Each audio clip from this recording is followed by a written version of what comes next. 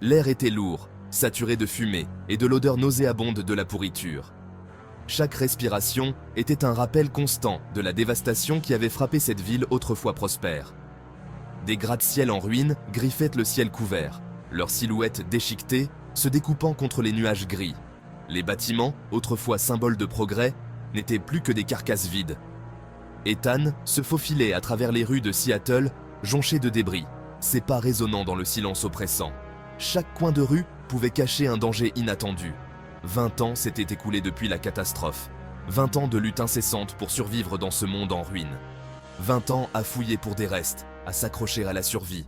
Les survivants cherchaient désespérément des ressources, chaque jour une bataille pour trouver de quoi manger et boire. Le cœur d'Ethan battait à un rythme familier. La peur, cette peur constante qui ne le quittait jamais. Une compagne silencieuse dans ce monde hostile. Il serrait une gourde cabossée, son seul prix d'une journée de recherche de nourriture. Chaque goutte d'eau était précieuse, un trésor dans ce désert urbain. Les ombres s'étiraient, transformant des formes familières en monstres tapis dans l'ombre. La nuit apportait son lot de terreur, réelle et imaginaire. Il aspirait au confort familier de son repère caché, partagé avec ses compagnons orphelins. Là-bas, il trouvait un semblant de paix, loin des dangers de la rue. Il pouvait presque goûter la soupe fade de Maria, sentir la chaleur de la seule bougie qu'il partageait. Presque. Ces moments de répit étaient rares mais précieux, mais la ruelle retenait son souffle, l'anticipation crépitant dans l'air. Chaque bruit, chaque mouvement pouvait signifier un danger imminent. Ethan se figea, les sens en alerte maximale. Quelqu'un le regardait. Il pouvait sentir le poids de ce regard, une menace invisible mais palpable. Deux silhouettes émergèrent des ombres, grandes et enveloppées de capes, leurs visages cachés à la vue. La main d'Ethan se dirigea instinctivement vers le couteau rouillé attaché à sa cuisse. Il était rapide, agile, mais ces nouveaux venus, il se déplaçait avec une grâce troublante. « Qui est là ?» Sa voix ressemblait à un murmure tendu. Le silence répondit à sa question. La silhouette la plus grande s'avança, le clair de lune brillant dans des yeux bleus perçants. Le souffle d'Ethan se coupa. Il connaissait ce regard. Il contenait un mélange de pouvoir et quelque chose d'autre. De la pitié. Ethan Hayes, nous t'attendions. L'esprit d'Ethan s'emballa, son cœur battant la chamade. Comment connaissait-il son nom? Comment pouvait-il savoir autant de choses sur lui? La peur se transforma en quelque chose de plus aigu, de plus puissant, la suspicion. Il devait comprendre ce qui se passait. Il tint bon, la main serrant toujours le couteau, prêt à se défendre si nécessaire. Qui êtes-vous? Que voulez-vous de moi? Pourquoi me tourmentez-vous ainsi? La deuxième silhouette, enveloppée d'ombre, laissa échapper un petit rire, un son grave et mélodieux, presque hypnotique. Nous offrons une vérité, Ethan Hayes. Une vérité cachée en toi, qui attend d'être libérée. Une vérité que tu ne peux plus ignorer. La silhouette la plus grande tendit la main, son contact étonnamment doux, presque réconfortant. Ethan grimaça lorsqu'une douleur brûlante lui traversa le bras, une marque brûlant sous sa peau, comme si elle était gravée par le feu. Il cria, s'effondrant à genoux, serrant son bras avec force, essayant de contenir la douleur insupportable. La douleur disparut aussi vite qu'elle était venue, laissant derrière elle une chaleur de picotement, une étrange sensation de soulagement. Il fixa la marque maintenant gravée sur sa peau, essayant de comprendre sa signification. Un phénix, les ailes déployées en plein vol, entourées de flammes, symbole de renaissance et de pouvoir. Elle palpitait d'une lumière intérieure, un phare dans l'obscurité grandissante, une lueur d'espoir. Qu'est-ce qu'ils m'ont fait? Pourquoi moi? Qu'est-ce que cela signifie? Ethan recula en titubant, la peur comme un poing froid serrant son cœur. Il regarda la marque puis les étrangers, la voix tremblante. Qu'est-ce que c'est? Qu'avez-vous fait?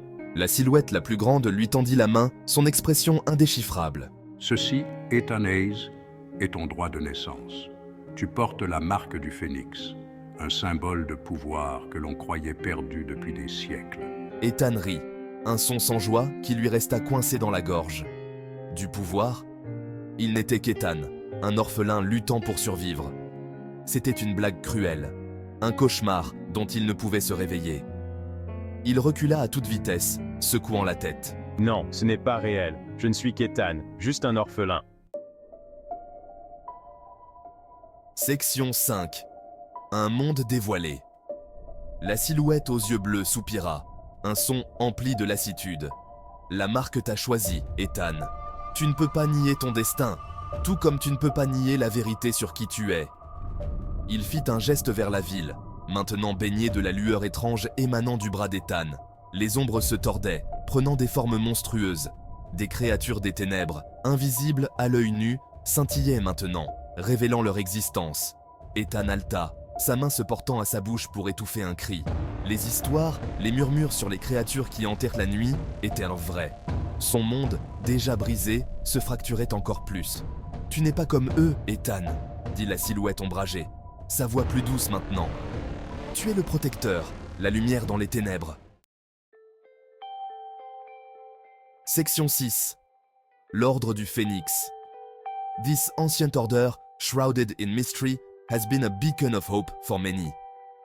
Ethan sentit une main sur son épaule, une présence rassurante. Il se sentait moins seul dans cette quête incertaine. Il leva les yeux vers les yeux bleus, une lueur d'espoir vacillant au milieu de la peur. Ses yeux semblaient promettre des réponses. Qu'est-ce que ça veut dire? Que dois-je faire? Ses pensées tourbillonnaient, cherchant désespérément un sens. Un sourire éclaira les lèvres de l'étranger. Ce sourire portait la promesse d'un avenir meilleur. Tu seras formé, Ethan Hayes. Nous t'enseignerons tout ce que tu dois savoir. Tu apprendras à contrôler le pouvoir qui coule en toi. Ce pouvoir est à la fois une bénédiction et une malédiction. Il fit un geste vers son compagnon. Viens, le chemin est long, mais tu n'es pas seul. Il est temps de te conduire à l'ordre. Là-bas, tu trouveras ta véritable destinée. Ethan hésita, son regard allant et venant entre les étrangers et la marque palpitante sur son bras. L'ordre? Était-il prêt pour cela? Le murmure d'une légende, un refuge pour ceux qui ont été touchés par la catastrophe. Un lieu où les espoirs renaissent. Cela pouvait-il être réel? Pouvait-il vraiment trouver des réponses ici? Il prit une profonde inspiration, le poids de leur regard plein d'attente pesant sur lui. Il devait être à la hauteur. Il n'avait plus rien à perdre, sauf peut-être cet espoir impossible qui fleurissait dans sa poitrine. Cet espoir était tout ce qui lui restait. « D'accord », murmura-t-il, la voix plus forte maintenant. « Montrez-moi le chemin. Je suis prêt à découvrir la vérité. » Section 7. Embrasser le destin. Le voyage fut flou. Il suivit les silhouettes masquées à travers des passages cachés, vestiges du monde d'avant. Chaque pas l'éloignait du familier, le plongeait plus profondément dans l'inconnu. Ils débouchèrent dans une vaste caverne, éclairée par un feu rugissant. Des silhouettes, masquées et armées, se tournèrent vers lui, leurs expressions indéchiffrables. Ethan ressentit un frisson de peur, mais il fut éclipsé par un sentiment d'émerveillement croissant. Il n'était plus seul. Il faisait partie de quelque chose de plus grand, de quelque chose d'ancien et de puissant. L'Ordre du Phénix. Sa peur commença à céder la place à une excitation hésitante. C'était sa nouvelle réalité. Section 8. L'entraînement commence. Les jours se transformèrent en semaines, les semaines en mois. Ethan s'entraîna aux côtés d'autres personnes portant la marque, chacune ayant ses propres capacités uniques. Il apprit à contrôler le feu intérieur, à invoquer son pouvoir à volonté. Il découvrit une force qu'il ne se connaissait pas.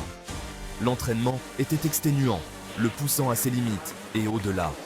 Mais à chaque défi, il se sentait grandir, évoluer. Il n'était plus le garçon effrayé qui cherchait des restes.